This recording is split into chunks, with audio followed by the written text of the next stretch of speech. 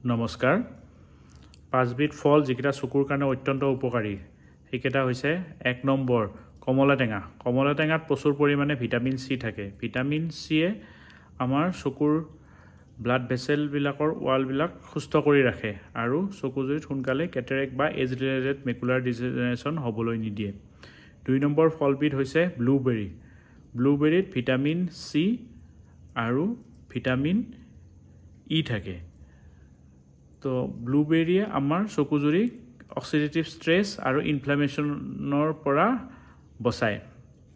তৃতীয় ফলবিধ হৈছে কিৱিত প্ৰচুৰ পৰিমাণে লিউটিন আৰু ভিটামিন সি থাকে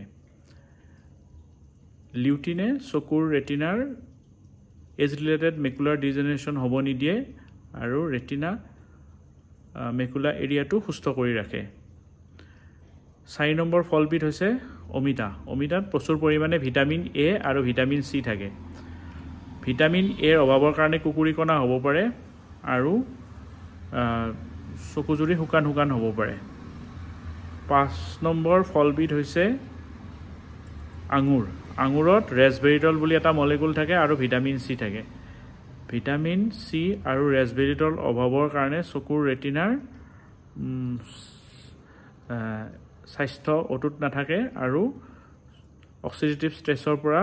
এজ ৰিলেটেড মেকুলাৰ ডিজেনেৰেশ্যন হ'ব পাৰে সেয়ে এই পাঁচবিধ ফল আমি আমাৰ খাদ্য তালিকাত অন্তৰ্ভুক্ত কৰিব লাগে আৰু চকুজুৰি সুৰক্ষিত কৰিব লাগে ধন্যবাদ